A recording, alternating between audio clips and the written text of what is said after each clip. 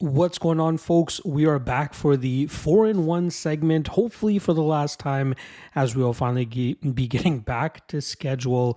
Again, for those of you who are listening to the content over the last couple of weeks, just got back this week from visiting the in-laws, and it really affected my ability to get content out on time. The Bellator podcast dropped earlier today, and the fights are about to kick off.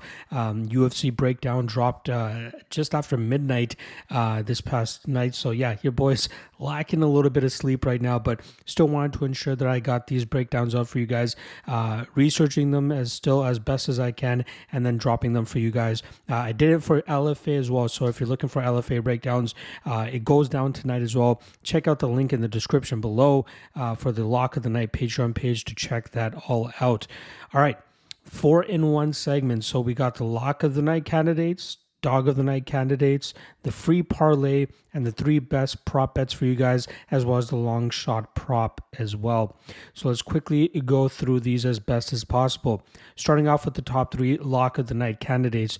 Quickly going over last week's, we hit Joshua Van at minus 225, also one of the regional promotions as well, and that now extends our Lock of the Night winning record to 93-31 this year for plus 28.91 units and a 5% ROI. Again, 50 units is the goal for the end of the year, but considering the lack of time that we have left, I'm not going to force anything here. I'll be happy to even get over the 30, 40 unit mark if that's possible, but I'm glad to be in the positives here and hopefully can end it and without having any sort of crazy losing streak.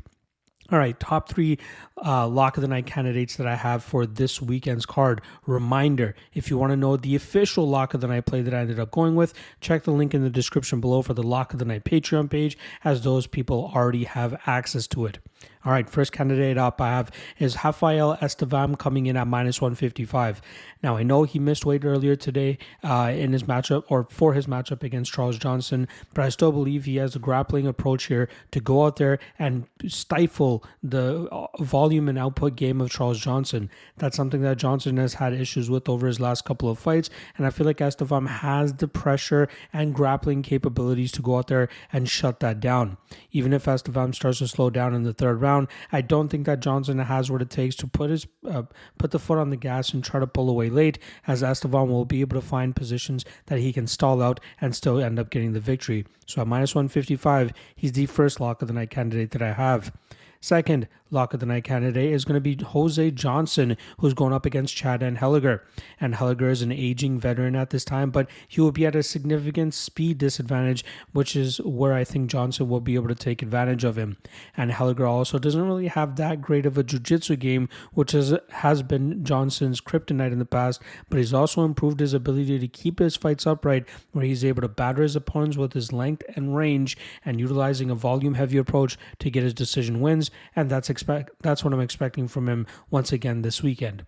The third and final Lock of the Night candidate I have for you guys is going to be the Earl Schmedich and Mick Tybeck Orobai fight does not go to decision at minus 200.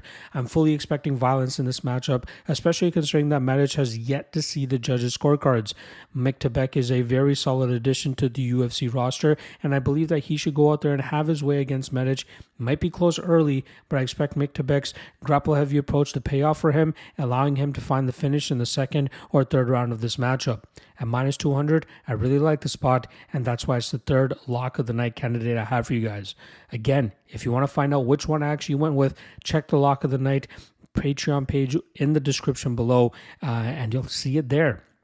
All right, moving on to the Dog of the Night candidates I have for you guys. Last week we went with Vyacheslav Borshev at plus 110. Unfortunately, he had a brutal second round, even after winning the first and third rounds, and that fight ended up being declared a draw. So we get a push on Vyacheslav Borshev. However, we do cash our regional Dog of the Night play, which was, I believe, was Shirzad Kadrian on Cage Warriors. He comes through for plus 125, and that now increases our Dog of the Night record to 54-70 for a plus 10.5 unit parlay, 10.51 unit parlay and an 8% ROI. All right, let's get to our 3 dog of the night candidates I have for you guys. First of which is going to be Lucy Pudilova, as she comes in at plus 145 going up against Eileen Perez.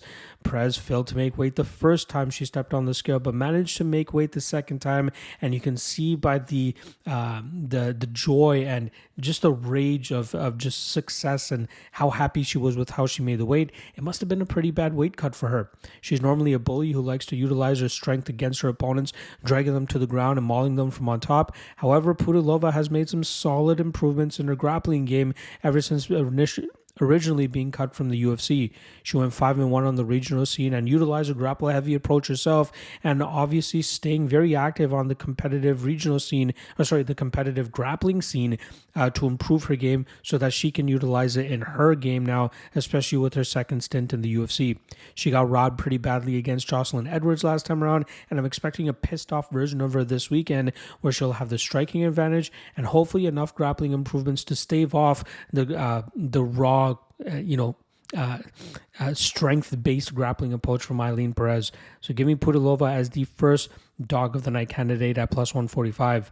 The second dog of the night candidate I have for you guys is going to be Joanderson Brito, coming in at plus 110. He goes up against Jonathan Pierce in probably one of the more anticipated fights of the night, considering how well these two match up against one another and how closely and competitive this fight could actually be. I think Brito's power-heavy style and aggressive style will be too much for Jonathan Pierce to contain, which will allow Brito to eventually find a first or second round knockout. Pierce will have some grappling success early in this matchup, but I think he's going to struggle in terms of keeping Brito on the ground, which will allow Brito to get back to his feet, like I said, and I just don't think that Pierce is comfortable enough in the striking round to handle the pressure that's going to be coming his way. Give me Brito by knockout, but at plus 110, his money line is not too bad either. And the third and final dog of the night candidate I have for you guys is going to be Luana Pinheiro, coming in at plus 195. Normally, I fade both of these women, Pinheiro and Ribas, as I don't really believe that they deserve to be at the top of the division. However, I believe the striking advantage that Pinheiro will hold in this fight will allow her to land early and often on Ribas, eventually finding that finish in the first or second round. I think Ribas might be able to find some success with her grappling, but I think she's going to be unable to contain Pinheiro on the ground, similar to the Pierce and Brito fight, and that should allow Pinheiro to land some good shots on the feet, and hopefully she can stay active enough, landing on the empty striking game of Ribas and eventually finding a finish of her own, or at least winning the first two rounds and winning this fight by decision. Plus 195, sign me up. And once again, reminder, if you want to find out which dog of the night candidate I actually went for as my official play, check the link in the description below for the Lock of the Night Patreon page to see exactly what it is. All right, let's move on to the free parlay, aka the Locky two-step for you guys. Last week, it came through pretty easy for us as we had Joshua Van and Lupe Godinez go out there and complete the Locky two-step at plus 126. And then Jamal Amers in the first fight of the night gets the finish within a minute, and that cashed a Locky Trinity at plus 217. Now that's back-to-back weeks where we've hit the Locky two-step and the Locky Trinity, hoping to continue this momentum and keep cashing these tickets to end off the year for you guys. Obviously this week got another one for you, so let's kick it right off where we got the first step being Miktabek oral buy. Again, he's kind of good in terms of the odds that we're getting on him at minus 140-ish. I believe he goes out there and he uses his grapple heavy approach to nullify the striking advantage or technical striking advantage that Medic might hold, and then eventually get that second or third round finish for oral buy. The second step in the Locky two-step is going to be Brendan Allen, which if you put them together, it's going to be plus 106. I feel Allen has pretty much all the advantages against Paul Craig here. I think he's chalky for a reason, and I think he is more than likely to go out there and knock Paul Craig out.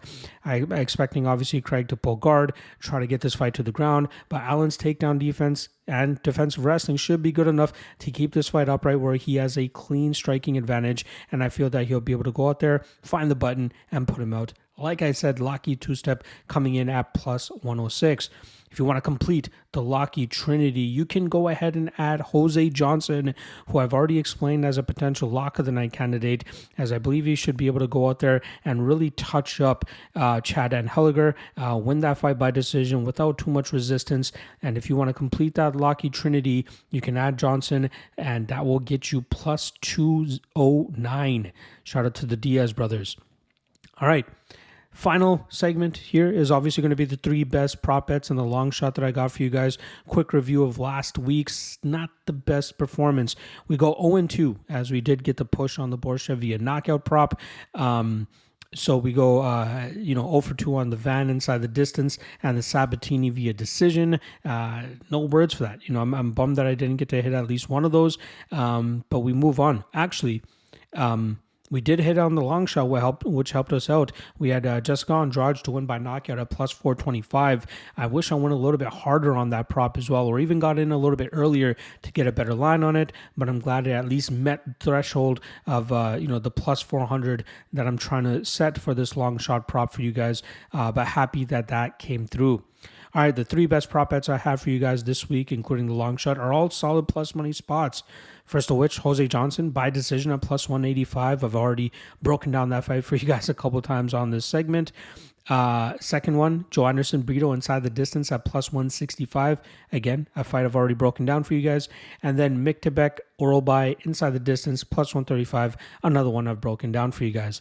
The long shot I have for you guys is going to be Nick Aguirre via submission at plus 1200. Now, he is the biggest underdog on this card. However, he's going up against a very green and untested Peyton Talbot, who normally deals with fighters who look to take him to the ground.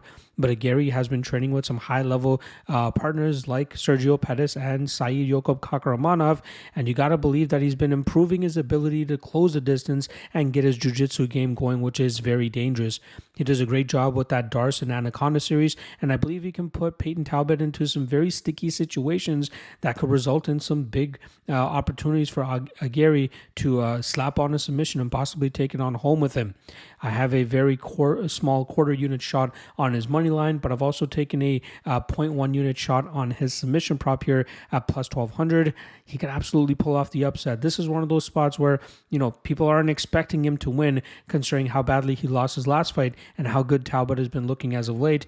But this might be one of those spots where momentum kind of swings the other way, and Aguirre can get a very weird situation or a very weird transition to go in his favor, allowing him to utilize his grappling and jiu-jitsu dominance. So once again, the long shot here is going to be Nick Aguirre by sub at plus 1200. You can get plus 1400 at, I believe, FanDuel, BetMGM, and DraftKings, if I'm not mistaken.